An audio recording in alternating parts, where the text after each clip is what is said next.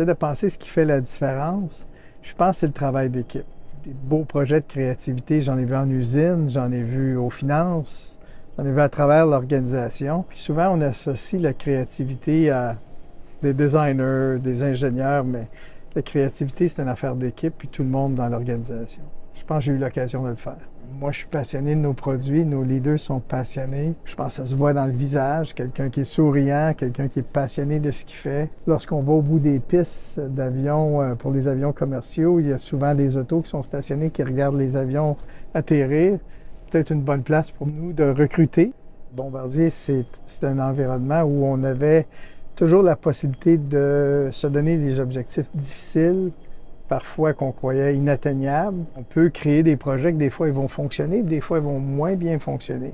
Puis c'est l'histoire de notre entreprise. Moi, quand je vois des réussites québécoises, ça m'excite toujours, mais on se rend toujours compte que c'est pas l'affaire d'une personne.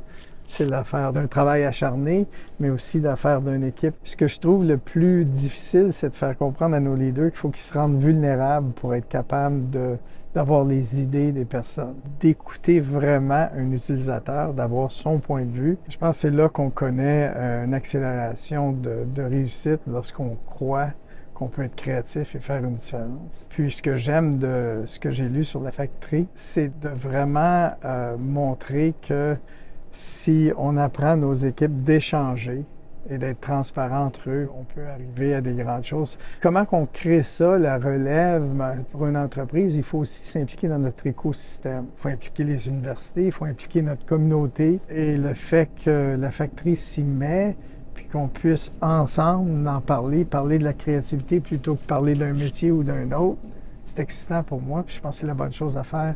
Bombardier, c'est une histoire de famille, c'est une histoire de persévérance aussi. Puis il peut y avoir 2, 3, 4 générations. Aujourd'hui, Bombardier a 80 ans. Puis c'est extraordinaire ce qu'on a pu accomplir à travers ces 80 années-là. Puis moi, ce que je souhaite, c'est que la passion se continue pour au moins un autre 80 ans. Mon nom est Pierre Beaudoin et je m'engage à transmettre la créativité.